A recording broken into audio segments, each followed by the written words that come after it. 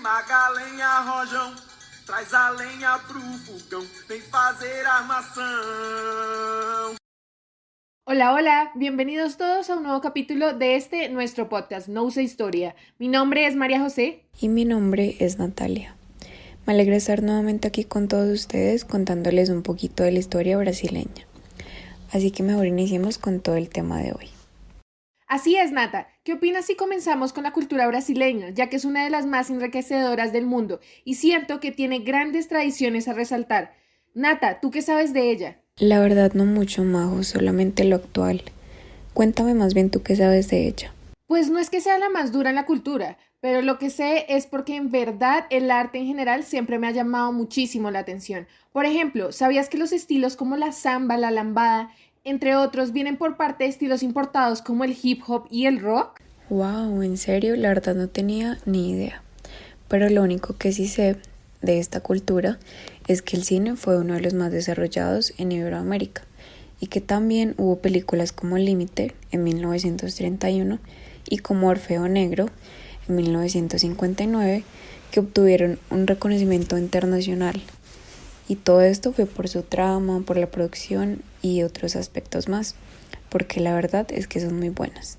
¿Y sabes qué es lo bueno de todo esto? La riqueza cultural que generan este tipo de películas y entorno.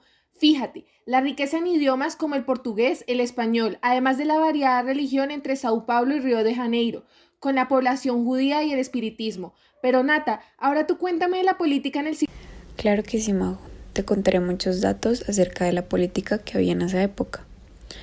Por ejemplo, para empezar, en este país el emperador era el poder máximo, porque él acumulaba los cargos tanto de jefe de gobierno como jefe de Estado.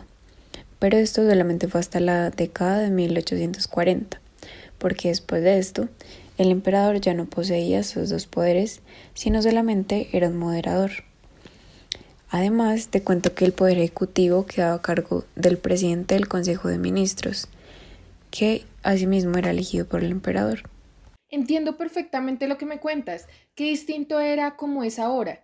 ¿Qué más me puedes contar acerca de esto? Pues bueno, digamos que lo que pasó en Brasil y muchas veces en el resto del mundo fue que en el Parlamento muchas veces no se aprobaba la decisión del jefe de Estado y se veía obligado de alguna forma u otra a disolver el Parlamento y a convocar otras elecciones. Esto era demasiado común tanto en monarquías como en repúblicas parlamentarias como la que tenía Brasil. Y a pesar de que este modelo parlamentario brasileño no pareciera muy democrático, pues te cuento que lo era para la época, ya que el emperador tenía muchos poderes, lo que era muy común en varios estados del mundo, e incluso en ese momento en Inglaterra. Ya veo que era algo muy común de esa época el tener una política de ese estilo, pero tengo una duda, Nata, ¿en ese momento también manejaban los partidos políticos? Majo, te cuento que sí. Mira que era algo bastante particular de la época, pero se consolidaron también los partidos políticos, y eran dos: el liberal, el cual era un defensor de un poder local y una autonomía de las provincias, y el conservador, que era un defensor del fortalecimiento del poder central, y ambos eran representantes de los propietarios rurales que habían en el país. ¡Wow, Nata! ¡Genial! Cuéntame más, por favor. Claro que sí, Majo, pero ahora seguiré contándote acerca de la economía que tenía Brasil en esa época, porque en el siglo XIX hay bastantes datos curiosos.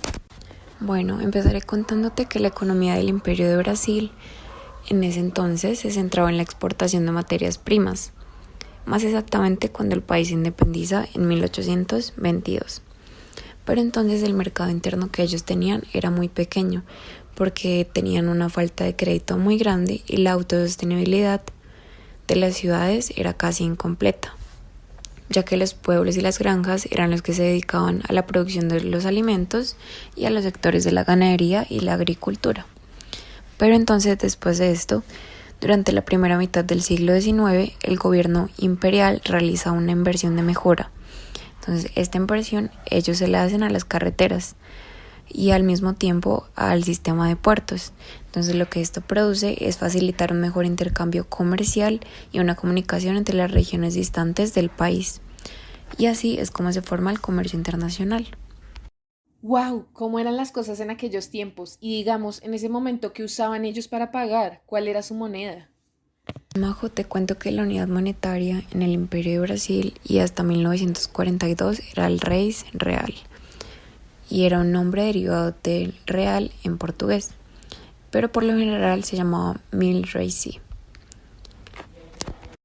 Qué nombre tan curioso, pero a la vez qué interesante saber acerca de esto. Pero lo que más me interesa saber es, en esa época, ¿cuáles sectores económicos eran los más importantes? Los sectores económicos que eran más importantes se ubicaban en, primero, la agricultura, ya que tuvo un papel extremadamente importante para Brasil en ese entonces bajo el imperio, ya que el 80% de la fuerza laboral estaba dedicada al sector primario, el 13% al sector terciario y el 7% al sector secundario. Asimismo, te cuento que había otro producto demasiado importante en la región sureste del país, el cual era el café, ya que la producción del café hizo que Brasil se convirtiera en una nación independiente, ya que comenzó a ser el más importante para la economía brasileña con cada década que pasaba. Entonces, esto generó que prácticamente la economía se centrara en el café, ya que las fincas en las que cultivaban esto y eran llamadas cafetales eran prácticamente autosuficientes.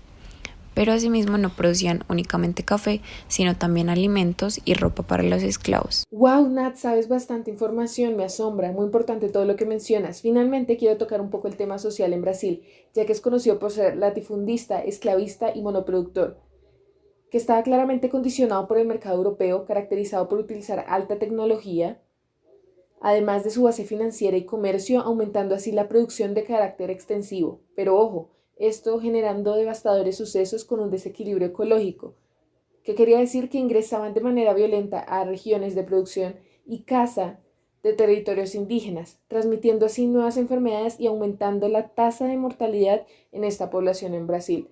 Lo que se puede ver positivo sobre todo el entorno social fue la abolición de la esclavitud que fue realizándose de a pocos en esta sociedad colonial, generando así un incremento del capitalismo.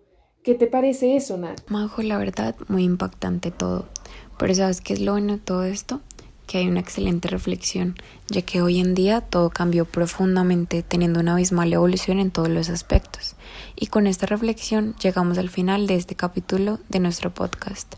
¿Algo más que decir, Majo? Sí, Nat, todo lo que se vivió hace muchos años atrás permitió que hoy en día nos convirtamos en un mejor país. Efectivamente, como el título de nuestro podcast, esto hace parte del No Usa Historia, que nos forja para ser mejores. Fue un gusto tener esta charla tan amena contigo, además de compartir la riqueza más grande que es nuestro conocimiento. El gusto es mío.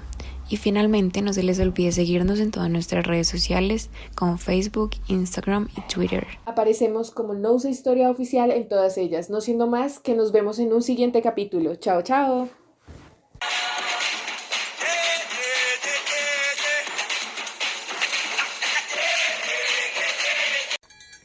Vem Magalenha Rojão.